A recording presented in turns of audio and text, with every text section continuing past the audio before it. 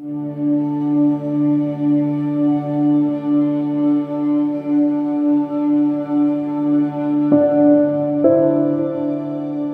brain is active all the time trying to infer things about the world. What is this world? What is going on here?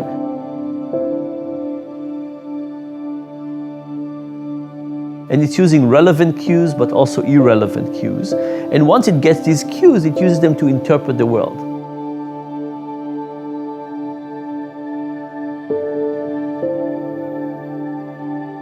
Our perception of value is dramatically subjective.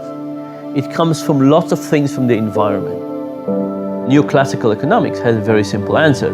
Something's value is whatever people are willing to pay for it. But the deeper question of what value is much more complex. One of the experiments we did on purchases was to sell people coffee. We had the regular condiments, milk and sugar and cream and so on. But we also had these 6 condiments that nobody ever uses. Lemon peel and cardamom and stuff like that. And sometimes we put these condiments in a beautiful metal and glass containers with a little spoon and so on. And sometimes they were in styrofoam cups, kind of torn. We wrote it in a felty pen, really ugly.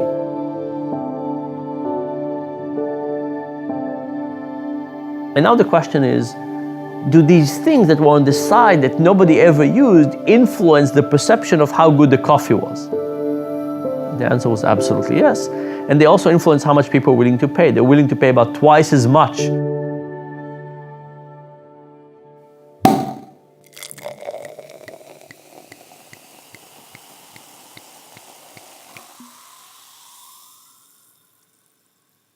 I have a friend who's an expert on wine. We continuously have this discussion about what's the right way to figure out the value of wine. If you do blind tasting of wine, you taste the wine, you have no idea about it, it turns out the correlation between price and quality is basically zero. More expensive wine is not perceived as better quality than cheaper wine.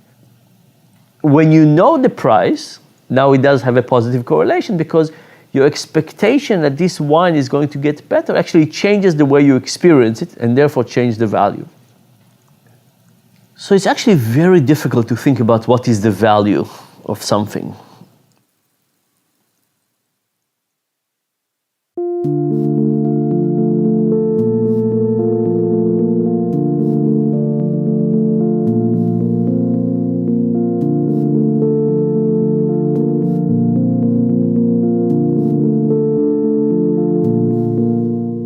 We fight a lot about the role of profit and its primacy in business.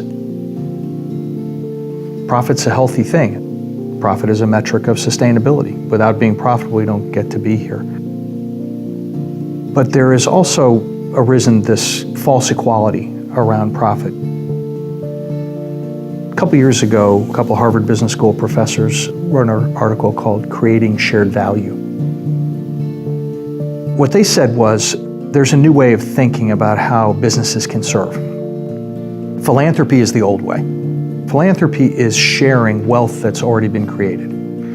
But a better way is to create wealth by serving. And so in creating shared value, you then have to say, well, that's interesting because now we're going to create a profitable business that does good. And they coined a phrase that I just love. They said all profits are not created equal. Those that carry a social benefit are better. So let's stop arguing about this. Because if you're an investor, why wouldn't you invest in a company that returns adequate reward to you, but also does good? If you're a government, why wouldn't you favor those businesses? Why wouldn't you look for businesses that do good in addition to making a profit? And then here's the rub. If you're a business leader and you're competing for capital, why wouldn't you choose a business model that does good in addition to rewarding shareholders? Because you yourself will be rewarded. And so now all of a sudden we've just changed the incentives completely. All profits are not created equal. Let's be honest about that. Those that carry a social benefit are better.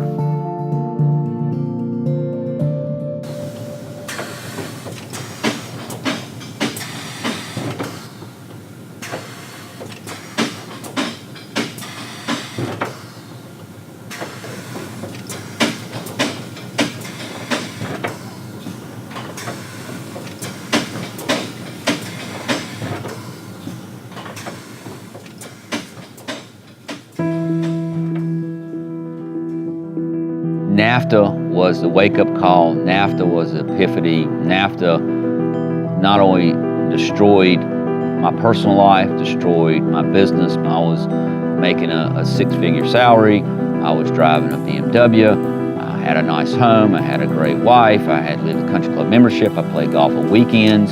It just destroyed everything that they told us, in business school, everything that I felt like I was on the path to do, the people I was associated, the direction I was going. I was a pretty hardcore Republican in those days. I was living, I was in this kind of that matrix. I was living in this world that, hey, it all seemed great. And NAFTA was that kind of breaking point. Maybe this path's not the path I need to be on.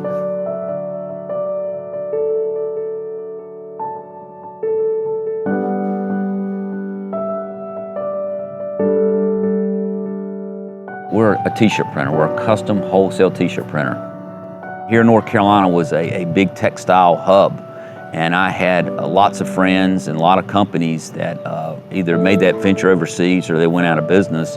But we did not want to do that. We just felt, even in the mid-90s, there was something wrong with this scenario that, yeah, we're going to outsource to make more money here, but then we're going to sell our product to a person we just laid off. It just didn't really make much sense to us.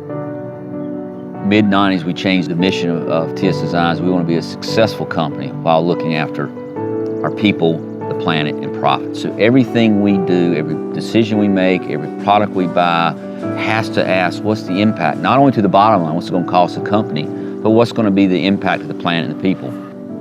We felt like it's important not only to talk about this stuff, but demonstrate, to step out there and do these things. So we're in a little industrial park here, put our first tracking array. Golly, that thing's 12 years old, 13 years old. Never forget when we first put it up. I mean, that was the second one in Alamance County, the biggest one in Alamance County. A lot of people thought it was some type of satellite dish. What kind of TV station will pick up on that thing?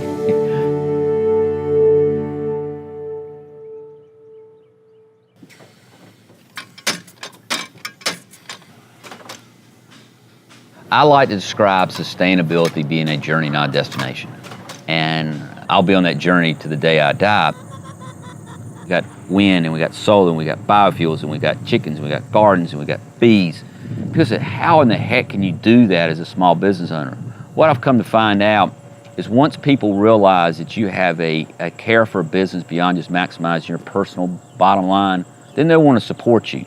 But a lot of times you're trying to extract information to benefit yourself. Once people realize you're trying to do something beyond just yourself, they want to help. That's one thing that we really lost focus on the last 20 or 30 years. We want to kind of pick out one piece and really maximize the efficiency of it, but we don't realize the impact that we're having to other parts of the system. So it's reconnecting those dots. And that's exactly what we're trying to do at TS Designs, is be an example of a business that wants to reconnect and be a part of this local living system that we deal in. We got an early wake-up call. We could have fought and resisted to not go that direction, but NAFTA allowed us to make that transition. So we've been on this journey a lot longer than most people have.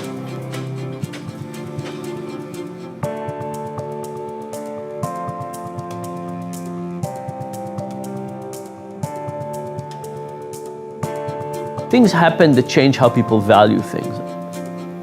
Often what we try to do is we are in one state of the world, and we're trying to predict how we would feel about life if we were in a different state of the world. And we have a very hard time doing it. So we say, oh, how would life look like if I married this person? Or how would life look like if I bought this house or bought this car or moved to California, whatever it is. And we often have all kinds of perception and beliefs about how life will be, but then life changes and then we don't become the same people.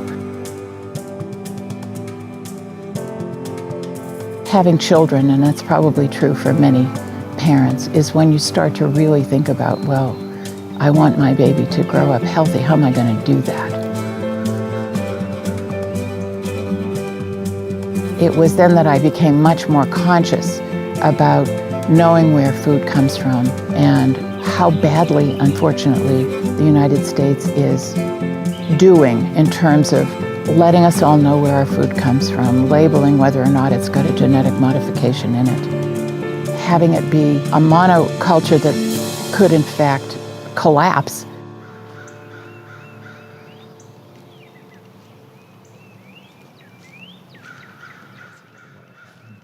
So it's still cool season here in Asheville, and a good time to plant beets and chard.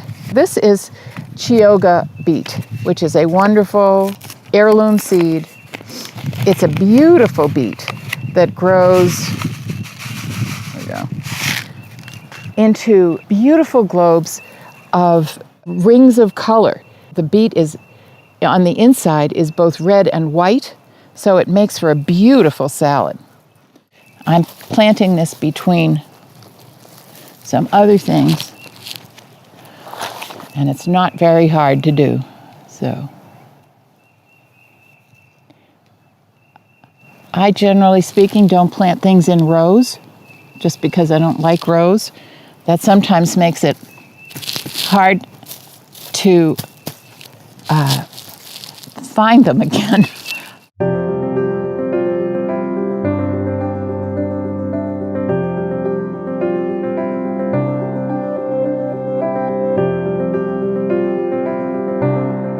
When I started the company, I wanted to essentially, in a small way, create the world I wanted to live in. And that would not be terribly hierarchical or authoritarian. I wanted people who worked for So True Seed to have a sense that their jobs were important and a certain empowerment to make those jobs better. We were gung-ho on finding the seeds and connecting with farmers and growing seed and doing the kind of evangelical things that we wanted to do. However, we didn't have a business plan. I didn't know that P&L meant profit and loss. I learned a great deal about the necessity of making a business a business. That is to say, the basis for sustainability is being able to pay for yourself. One of my favorite things in the world is Swiss chard, and especially the rainbow chard, because it's so beautiful. It withstands heat better than other greens. So they look like beet seeds, and that's because they're in the same family. Swiss chard is. We want a sustainable company, and that means a whole bunch of things. Basically, a company to be sustainable has to be able to pay for itself.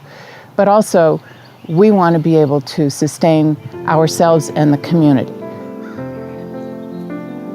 The way we nourish that is to be part of the community. We try to buy everything that we need locally. We have a community program, for instance, where you can come in and exchange seed for working. We have wonderful educational programs so people can come in and learn how to plant their seeds. We donate leftover seeds to local community gardens, to schools. The result is that we are loved. And it's very, very heartening, not just to me, because it doesn't just extend to me, it's for all of us, that we're a part of the community. We're sustainable by virtue of making enough money to cover our costs, and by employing people and being part of this community. It's very, very, I don't know how to express the kind of value you get from that.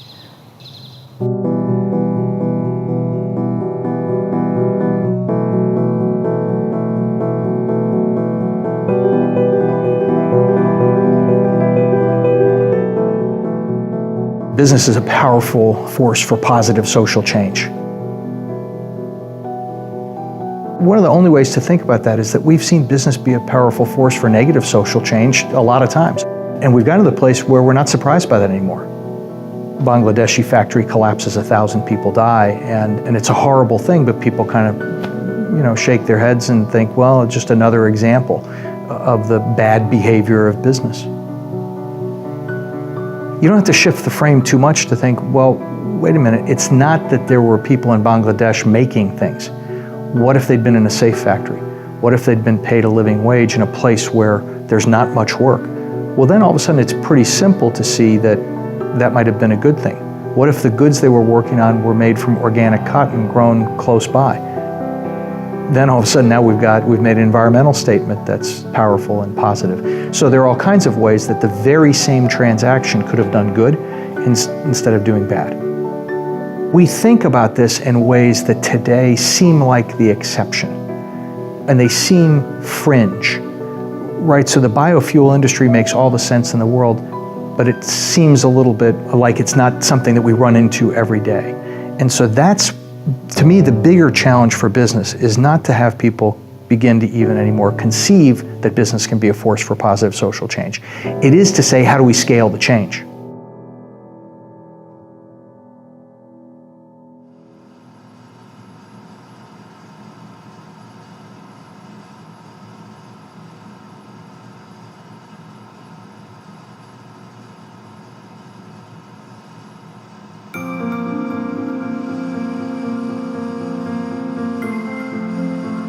I've been making fuel since 2002. Started in the backyard, just trying to meet my family's fuel needs. And we scaled up and became a cooperative. And then from there, we scaled up to this place in Pittsburgh, which is our industrial plant. Our story is one of trying to scale up. We've been permanently out of fuel. And we still are to this day. This is a 1 million gallon biodiesel plant, and we still can't make enough fuel to meet demand. We make what's called B100 biodiesel, or 100% bio. Our biodiesel is a renewable fuel made from waste that can be put into any diesel engine. So we have a cooperative of members that drive around in Volkswagens and Mercedes and Dodge trucks and these kinds of things. And our biodiesel can go directly into any diesel engine as a replacement for petroleum fuel.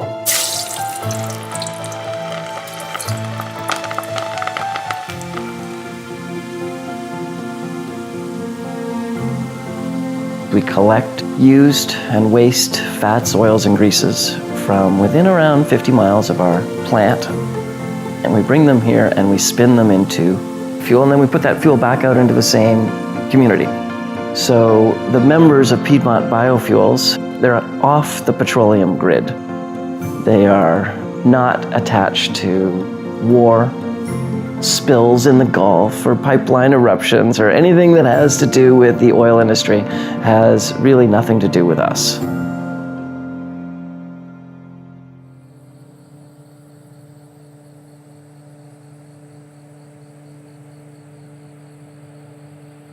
We are an RSB accredited facility. That is the Roundtable on Sustainable Biofuels. That's out of Switzerland. And that is a fiendishly complex accreditation that essentially measures the sustainability value of our fuel. We're the only biodiesel producer in the United States to have that accreditation. And that's important because not all biofuels are created equal, and biofuels are not without sin. When we started this, we'd show up in, at a fast food restaurant and say, hey, can we have the grease out of your dumpster? And I think that people just thought we were quirky.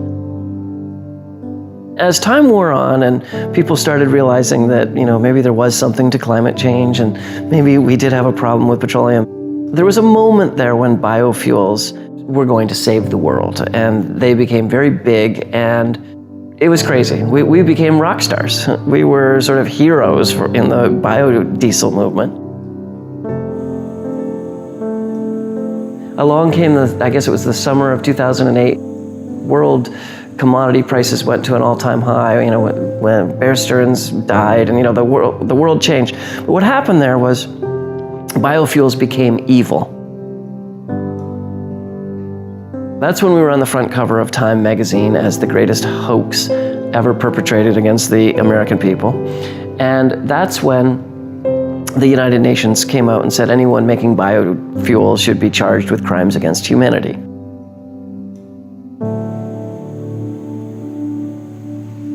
And there was some truth to that, because what biodiesel did in our industry, it's like, let's do this. Let's go to Malaysia, let's burn down the rainforest, and let's plant oil palm trees all in a row. And let's squish the seeds and take out the oil and put the oil on a super tanker and send it to Seattle and spin it into fuel and put it on a rail car and send it to North Carolina and put it on a truck and take it out to the airport. And after the airport has burned enough of it, let's give them a prize for being green. It's like, stop the madness.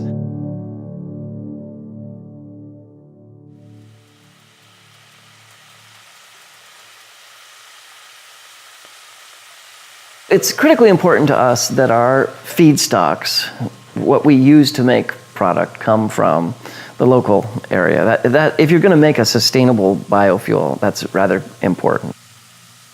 So the RSB certification is, I think, quite important to us because it does let people know that not all biofuels are created equal.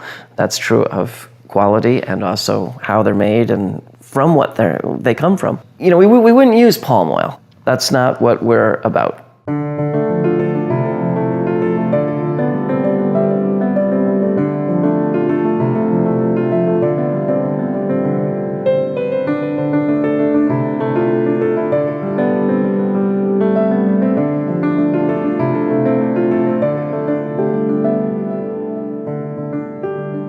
Businesses have to run well, for-profit and non-profit alike, in order to be able to accomplish their really high purposes. We think a lot about the efficacy of social enterprises, and we have a little 3-cell model. First, you have to do important work. And that's just fundamental. The point of your work has to improve the quality of life in communities in some way. You have to do important work. The second thing is you have to do the important work well. That means you have to be financially sustainable, but it also means that you have to create a workplace that's good for all. A brutal workplace that forces people to be unsustainably self-sacrificial isn't anything to be proud of. You have to be able to treat your employees well as your customers and all other stakeholders. So you have to do that important work well. And then third, you have to move your work to scale. And you have to find a way to be selfless, collaborate with the other folks who can come together to help you scale that work. And often, for-profit and non-profit alike, we're not great at that kind of ego-free collaboration. So do important work, do the important work well, move it to scale.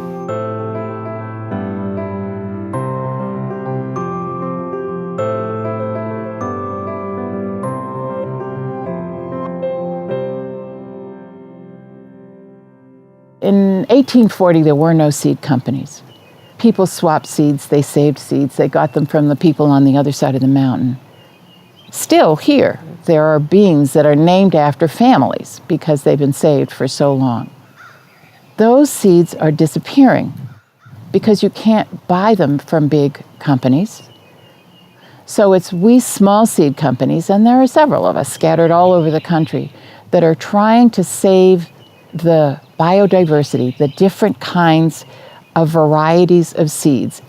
And the reason to do that can be well illustrated in the Irish potato famine.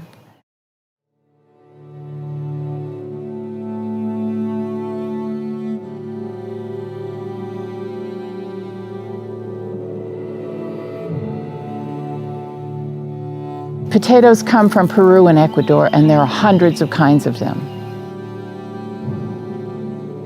Ireland, in the 1800s, was growing 5 kinds, and those potatoes got a blight, and it affected every one of them.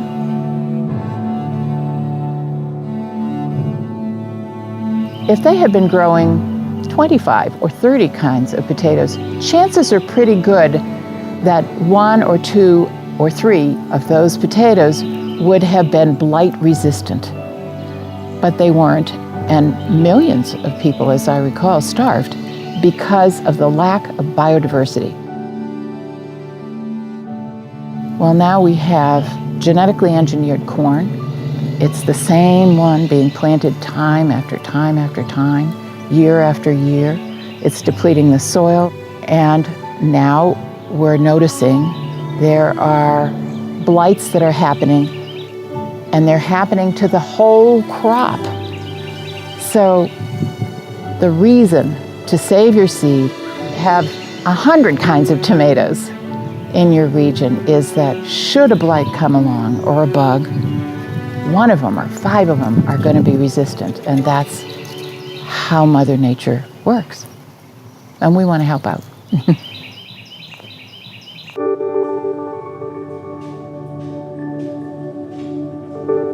What the apparel industry has done since the mid-90s is they've run around the world utilizing cheap energy, chasing cheap labor. But even the business schools, the Chamber of Commerce, the Department of Commerce, all the economic folks says your labor is your most expensive cost of doing business in apparel manufacturing, so you need to outsource it. Fast forward today, see where that's gotten us. Devastated local economies, very high unemployment. Our employees are by far our most valuable asset. We have taken major hits at TS Designs, not only personally, financially, what we've tied up and had to give up, but we've always maintained retirement benefits. We've always maintained health benefits. Then what we did behind us represents our whole garden system. So all the produce that comes out of the garden, all the eggs that come from our chickens go back to our employees to make them healthier, so they basically are more productive. They're going to be less likely to be sick. We changed our company policy. Every employee that works at TS Designs, if there is work needed to be done in the garden, we pay them to work in the garden.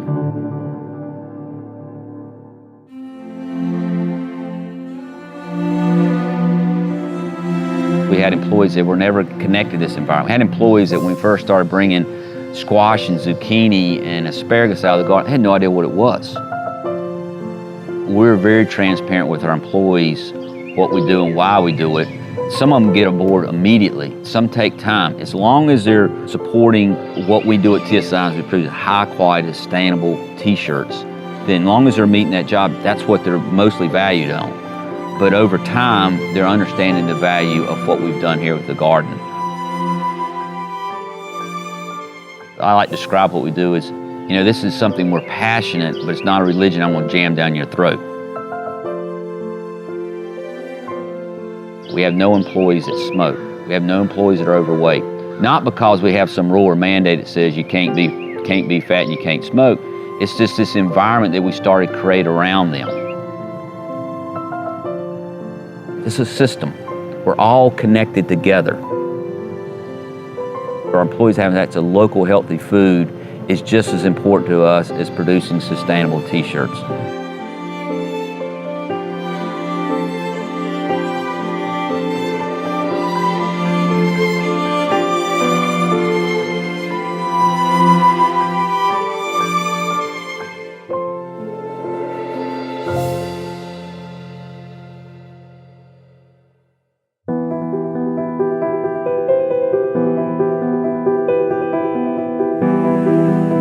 There's something in the human animal that says, if I can make a gallon, wow, maybe I could make 100 gallons. If I can make 100 gallons, I can make 1,000,000 gallons. If I can make 1,000,000, I can make 100 million gallons.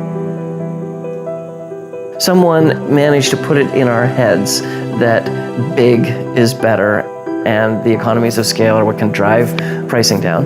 And at the end of the day, it is exactly that that's driving us into environmental ruin. Especially when it comes to energy. If you think about energy and your energy choices, you can't graduate from college and say, I'm going to be a utility company. That's not going to happen because we've dealt out a monopoly and we have this massive scale, a nuclear plant that is, so expensive it would never get built without government subsidy. Well, really, energy is the perfect example of how that should all be reversed. Energy should be made where it's consumed. If you're going to drive, you should be taking the waste products from your community, turning it into fuels, and using that to drive. If you're going to power your house, it should be done with solar panels. We should be moving to a distributed generation model of all of our energy consumption. That's what sustainability will look like in the future. It won't be an oppressive top-down infrastructure that you really have no role in. You can turn off the lights when you're not using them, but you can't really go into the utility business very easily.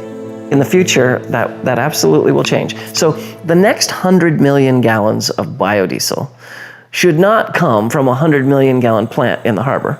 The next 100 million gallons should come from 100 little Piedmonts. There should be one on the edge of every town. In our case, we're using cooking oil. If you have another community that's, has a lot of rotting apples, well, we should be using rotting apples. And, they should power themselves from the waste streams that are, biospecific in their bioregion. The sustainability movement, are we just a bunch of dirty hippies with exhaust that smells funny? Our exhaust tends to smell like French fries. The reality is, of course, there's technology involved, there's invention involved. And actually, if you're going to get at that conservation resource, you're not going to do it by rubbing sticks together to start the fire. You're going to do it by, say, coming up with an LED light bulb that uses a fraction of the electricity but produces the same amount of lumens.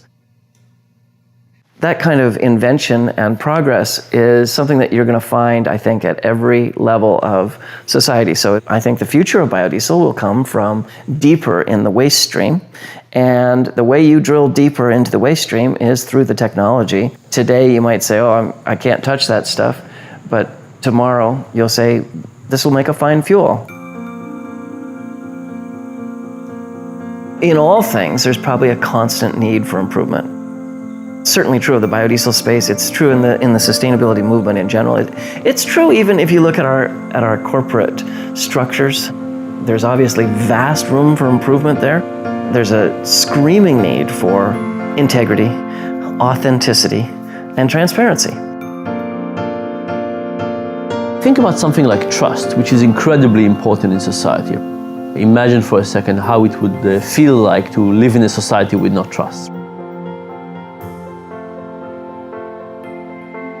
You would have to lock your car and your house and not have a bank account and all kinds of things. It would be really, really tough. Nevertheless, it is not clear that we have a good trade-off between what we're willing to pay for something and trust. What we often find is that some things come into play in what we call sacred values. So as long as we have sacred values, we put tremendous value on things like trust and social and public good. But the moment they come into the market relationship and we have regular trade-offs with them, I think their value is going to be really vastly diminished, because all of those things on the per moment transaction are worthwhile giving up. Trust, I want in principle, but right now if you gave me a lot of money, maybe it's worthwhile to sacrifice it. Pollution, I want the world to be clean, but right now if you gave me something, maybe I would sacrifice it. So I think that's why we have these sacred values and things we're not willing to trade off, because as human beings, every time we start trading off these values, we might think short term and sacrifice them too much.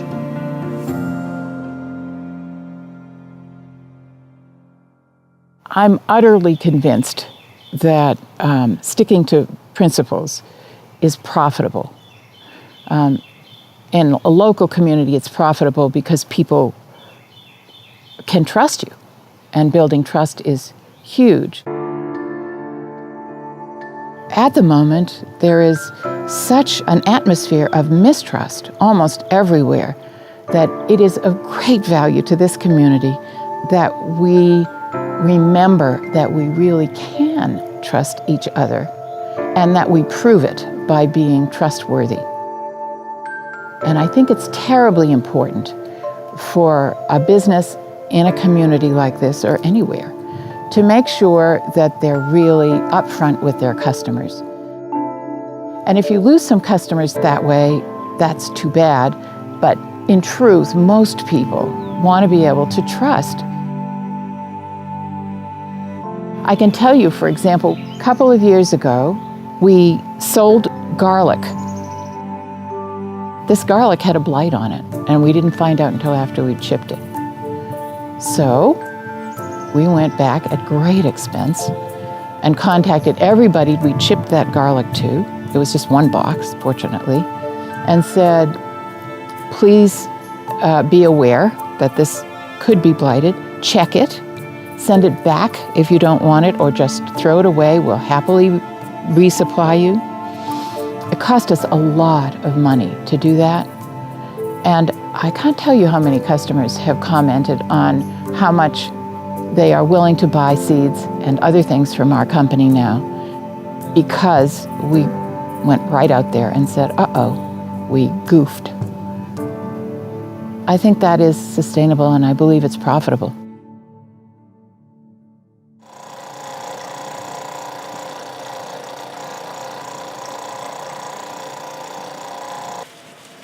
If you make yourself transparent, it just builds an unbelievable trust factor. If there is a question I can't answer, or the thing that you want to know, we will find that answer. There's no secrets. 5 years ago, we launched what we call the supply chain cotton of the Carolinas.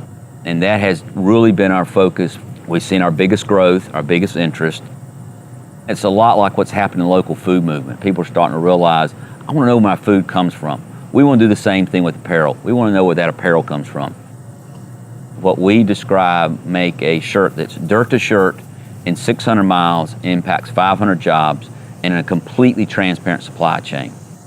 As I said, when you get a Cotton of Carolinas t-shirt, now we have a style number that you drop into a website that brings you to a Google map, and that when that Google map pops up, you get not only a picture, a phone number, a physical address, an email of everybody involved in the supply chain: the farmer, the ginner, the spinner, the knitter, the finisher, the cut and sew, and then us, the print and dye. We make our supply chain completely transparent. Now, what they'll tell you in business school, you just basically told somebody how to compete with you. And what we like to say, we feel there's more benefit being transparent compared to, yes, there's people that can see that information, and if they have enough money and they're foolish enough, they can be in the t-shirt business too.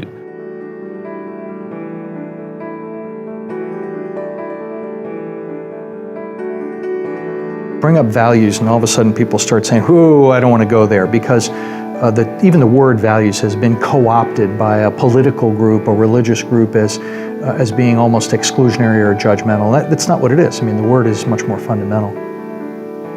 I love the work of a guy named Rush Kidder, who wrote a book a few years ago called Moral Courage. He went to every continent, went to 160 some countries, talked to people from every faith community, as well as folks who didn't grow up in faith communities. And he tried to find out what were the values that were universally shared. He came up with 5 core values, which I think are just beautiful: caring, honesty, respect, responsibility, and fairness. Those are the values that unite us, that bring us together, that build sustainable communities, not the values that judge and separate and divide us. That is enormously important, because now we can start talking about the things that we share. Now, we can argue forever about how to fund public education or what's the best form of taxation. But as long as we do it in a way that's informed by that group of values, we're going to come to really good outcomes, because we're going to have what? Respectful and civil discourse. You have to start with that. And if you start with that, you end up with coming to a really good place. So I talk about values all the time, because I don't see them as a bad thing. I see them as the foundation to what we're doing.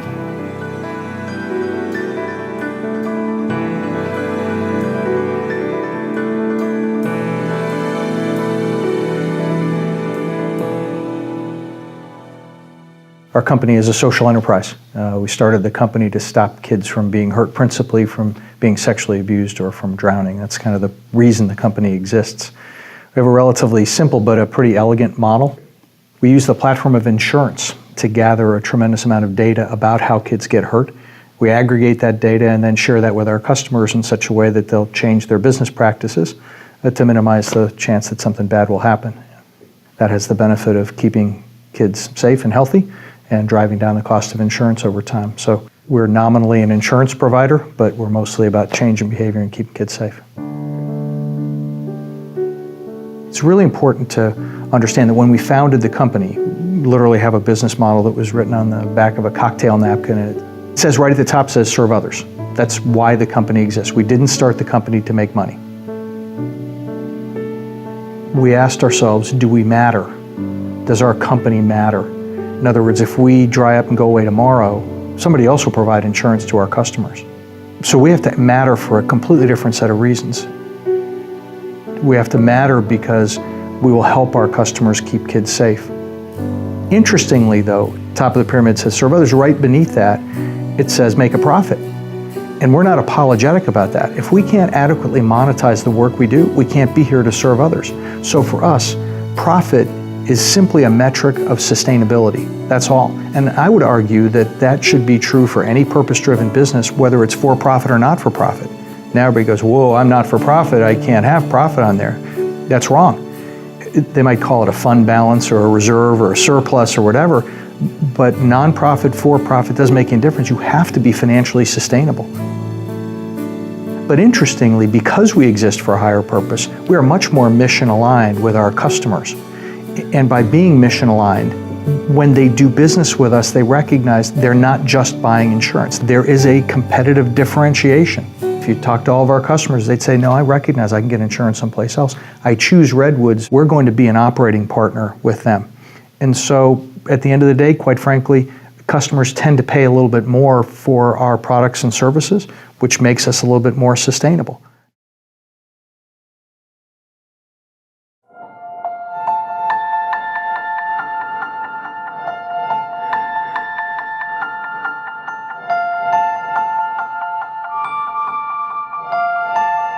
When you think about products that have social good in them, the question is whether people at the moment are willing to pay for a social good. And not only that, are they willing to pay in a social good in a trade-off kind of a way. So if I had a rule, I don't buy anything that is not produced organically with fair labor, whatever the rule is, then I wouldn't do these trade-offs. But once you start making these trade-offs, a little bit more child labor, for a little bit more saving, how much child labor I'm willing to do, everyone has some of it, how much exactly am I trading off? All of a sudden these trade-offs become polluted, and it's not clear that at the moment your selfish motivation about getting something cheap is not going to win. When you stand at the shelf, the most salient thing is price. And price is not just very salient, it's easy to look at. It has decimals. Right? You look at things like quality, or you look at child labor, or whatever you want. These are hard things to grasp. What are they? The price, $7.29, $8.15, that's really easy to compare. So because price is numerical and decimal and easy to compare, it occupies a bigger part in our brain. That's one thing. And the second thing is that at the moment, that's the most salient thing. You're paying now. You're going to consume later, and the effect on the environment will be later, and the product was produced already. The thing that is immediate and easy to compare is price, and therefore people focus more on price, sometimes too much.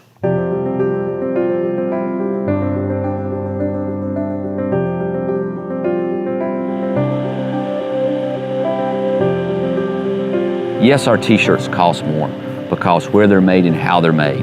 But there are people, again, back to food, understand there's a value beyond price. What's the social impact and what's the environmental impact? When you buy that apparel product in Bangladesh, yeah, the price itself is cheaper, but really what's the total impact of what you're doing there? What's the real cost of cheap? We're in a commodity business. We're in a business that, unfortunately, are valued on price. I'll compete with anybody in the world and bring price to the table, but also bring social impact, environmental impact, and then let's talk. But if you're going to come to the table and only look at for price, we're going to have a short conversation. I don't have conversation with the big box stores. I mean, they might put solar panels on a building and stuff like that, but they have totally destroyed the apparel industry and the apparel market because what have they done? They have built a model on cheap, unsustainable transportation and labor. So when they come back to the U.S. and want to source, their apparel here, well, first of all, their margins won't support it. They're not going to, I don't think, greatly raise their prices. They're not going to reduce their margins. They're looking for people like us to make it up. And there's no way, when I'm talking about Bangladesh at 55 cents an hour, I mean, our average labor cost, so that's 500 people in North Carolina, is probably $15 an hour. The gap is so great, we have just totally screwed up and destroyed the apparel system. So it's that back to that re-education, buy better, buy less, buy local. In a very general way, we are focusing on the short term rather than long term. And sometimes we call it a present focus bias, that we just focus on now. And you can see it everywhere, right? You could say healthcare, good long term, short term donuts are really fun. Now with purchasing, that actually becomes a step more difficult, because if you think about it, when you go to a grocery store, let's say, or to a shopping mall, that shopping mall is defining the environment that you're in, and the environment has a large effect on your behavior. You might think that you decide what to do, but the environment actually has a big effect. And when you go into a shopping environment, you're basically in their mercy. They decide what kind of pieces of food to let you taste and what kind of promotions to expose you to. All the motivation of the commercial environment around us is to get us to do things that are good for them in the short run. They want our time, money, attention right now. So, I'm not very optimistic that we can educate people about the importance of child labor, fair trade. And unless we get it to be something that like taboo trade-off, that we're going to get people to reconsider it and therefore be willing to pay at the pump or at the grocery store. If you think about fuel, for example, we do have more clean fuel than less clean fuel. And if you had a one-time decision, like which car do you want to buy, one that goes on clean fuel or non-clean fuel, maybe people would say, let me make this commitment. It's also a public statement. Other people can say what car I'm driving and so on.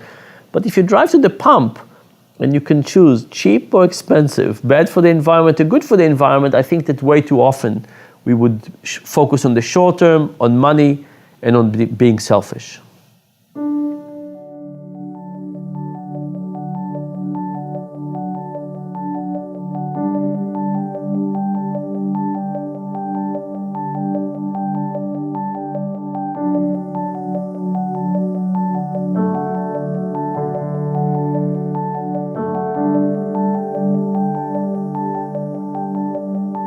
As an individual, you start wrestling with these unfathomably complex problems. Peak oil. Wow, what are you going to do as an individual about peak oil and the fact that, U.S. reserves peaked in 1974 and global reserves peaked on Thanksgiving Day of 2007, blah, blah, blah. And you get into whether the Saudis are overstating their reserves, and you get into just an extremely complex issue that can be overwhelming, and maybe many people sort of go, can't deal. The trick is to get into the scale of me. Try to chase it down into a scale that I can understand. And what I can understand is my family's footprint. I can understand my electric bill. I can understand my miles driven. I can understand these things. And so by focusing on the scale that I can understand, I can make some progress and feel that I am doing something about peak oil. I am engaged in these unfathomably complex problems.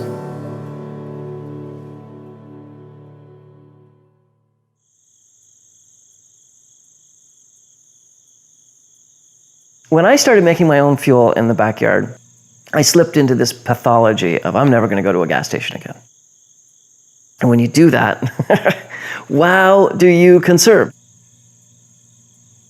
It's Friday morning, your fuel gauge is on empty, your next batch is not going to be done until Sunday night.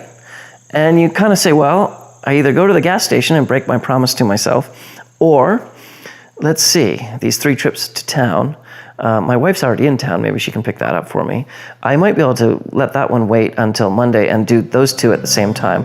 And so conservation kicks in. At the time, I was a metal sculptor, and I put 27,000 miles a year on my truck. My mileage dropped to about 9,000 miles per year. And you say, well, gosh, that's not bad. You can have a 2/3 reduction in the amount of driving that you do. And the answer is absolutely. And in fact, I would say it's probably true in all of our lives. The really good news is we can all cut by 75%. It's a little astonishing, but it's there, and it's also, kind of fun. kind of rewarding. And so I treat conservation as being sort of like a game.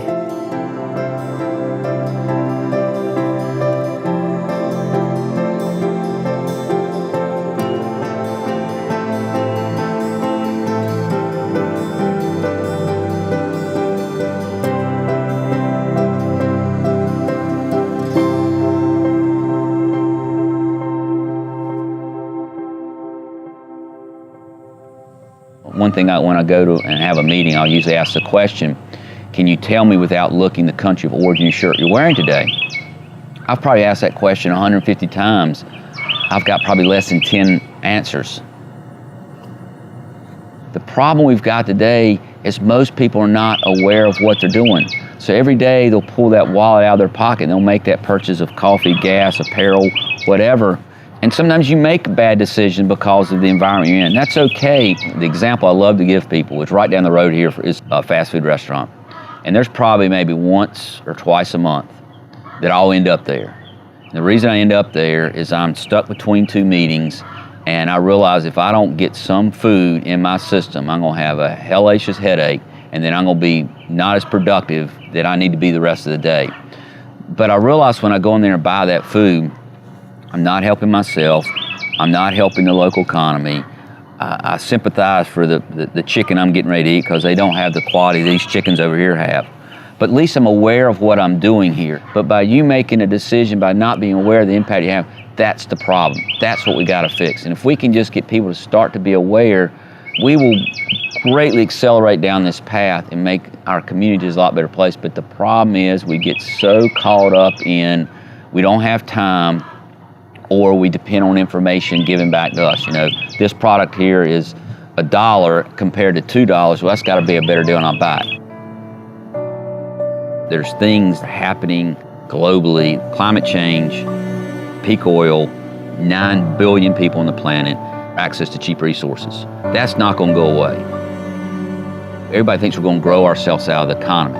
Well, those 4 things I just told you are not going to just allow us to grow it out of the economy. The way we're going to make it a better place for everybody, we all got to participate. The more you extract from the community, the bigger house, the bigger car, whatever, basically just pushes somebody else down. I'll never forget when we first started our business, I mean, success was determined by a country club membership and driving a Mercedes-Benz.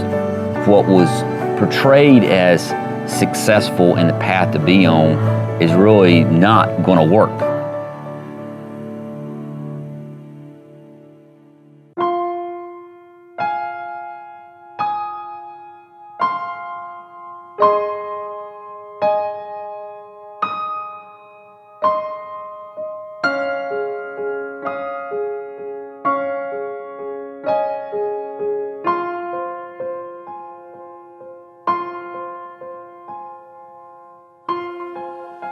I really believe in local economies.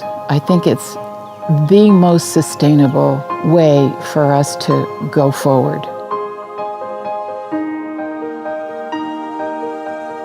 The joy it brings to be able to have a business that counts to people and to me, and for people to be able to make what one of my employees called a right living. That is to say, work for a company where we're not ever going to get rich, but we are going to work in a way that makes us happy at the end of the day for what we did. Nobody goes home worried about the consequences of the kinds of work that we do. It's a good living for people to have. That is value enough, because if there are enough of us, if there are enough small seed companies and enough communities, that will make a huge difference.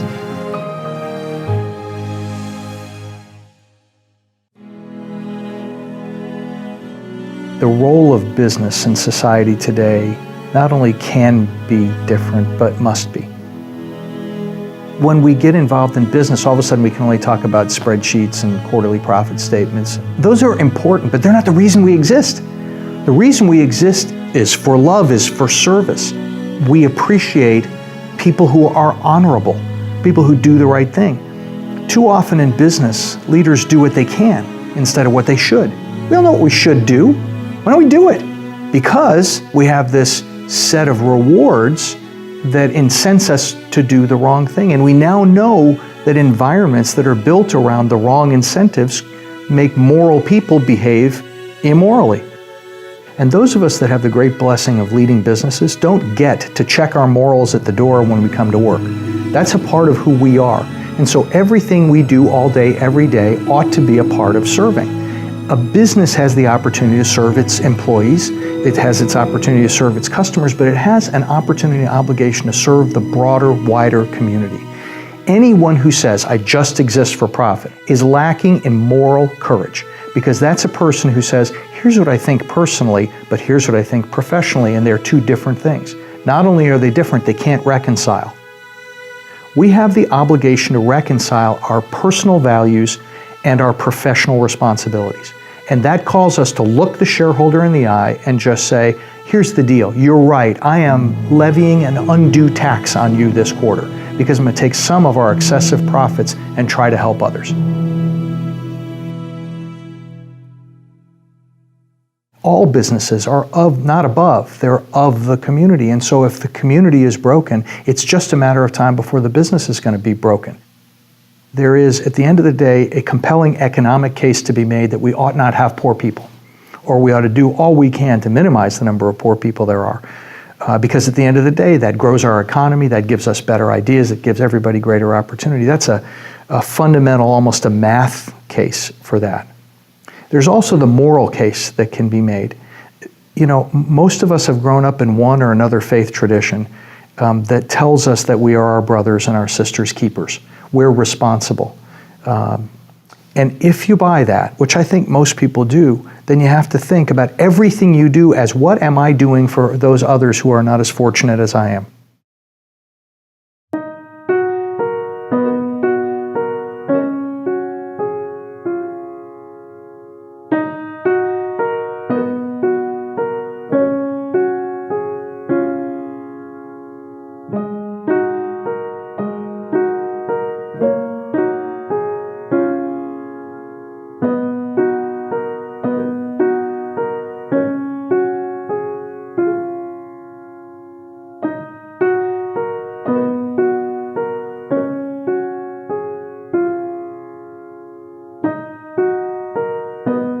The people that think that everything is a market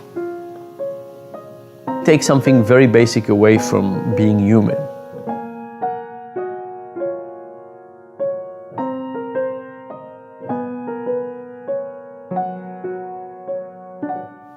Imagine I asked you for something simple like, would you help me change a tire on my car?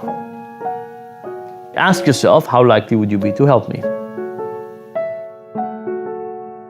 Now imagine that I offered you money. I said, would you help me change a tire on my car? I'll give you $5.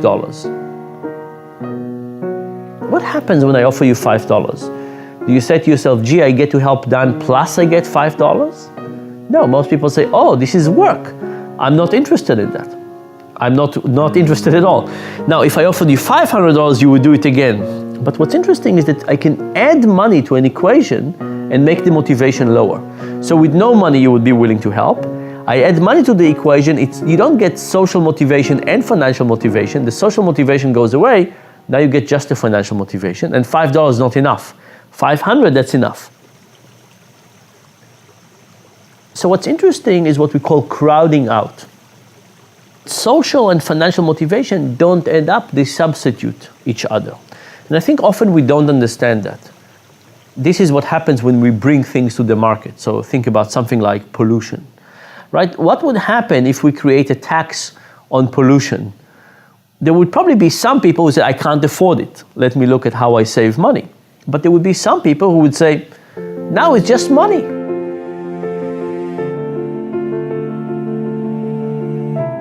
When we moved to Durham, we bought a relatively old house.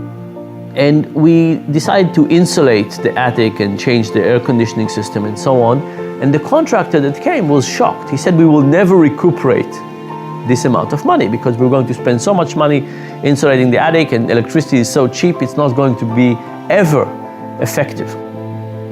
And of course, financially, he was right, but we did not make a financial decision. We were saying, This is what we think good people do. We try to save the environment. We try to insulate the attic. We're doing all of these things that are not about economic efficiency. But if all of a sudden the computation was different, and it says it's not part of the social obligation of how we think about the world and our kids and so on, it's just a financial thing. Would you prefer to pay this amount or that amount? All of a sudden we would have probably thought about it differently and said, okay, we'll just pay the tax for this and let's not think about it.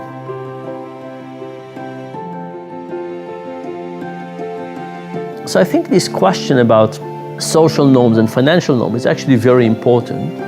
And what kind of things should we not even introduce into the market? Right? And I think there's lots of those things that we should basically say, these are not things that we should make part of the market. These are things that we should keep as sacred values with no trade-offs.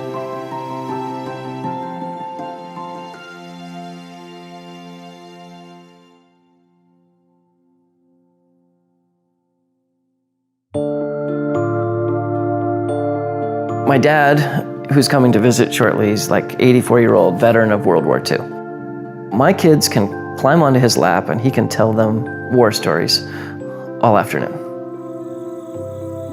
The question is, if I make it to having grandkids that pile onto my lap, what am I going to tell them that I did in the war on climate change?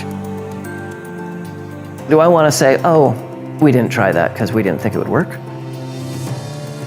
Do I want to say, oh, you know what, we thought that would be too expensive? No, absolutely not. I'm going to tell them war stories. I'm going to tell them about the things that flopped. I'm going to tell them about the things that worked. I'm going to tell them about the progress that we made. And I'm going to tell them that I was in the war and I served valiantly in the war effort to make it so that the human animal and other species could sustain life on this garden planet.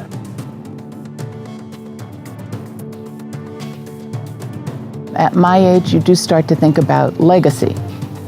I have children and grandchildren, and they're the most important legacy. But I like to think that 15 years from now, there will be a thriving seed company that's still learning how to do what it's doing and doing it better and better, saving seeds that might otherwise disappear if it weren't for somebody very specifically saving them and passing them down. And that will be my legacy.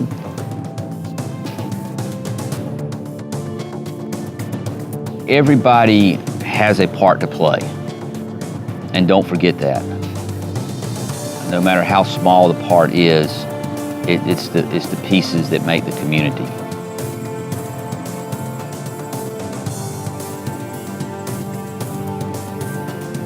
It's not the materialistic things in life that make us happy. Money's important. You gotta have money, to eat and live and stuff like that. But he just comes out, it's not the only thing. Money doesn't give you the passion, give you the heart. And it doesn't connect you to your friends and community. And there's more to life and business and community than money.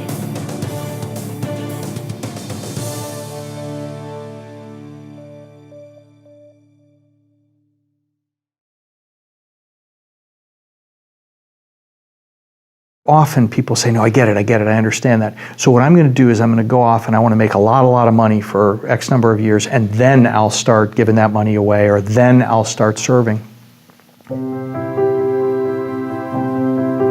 And I would simply tell you that in many ways we're out of time. We are at a place where our global society is more profoundly broken than maybe at any time in history. And we have the opportunity to change that.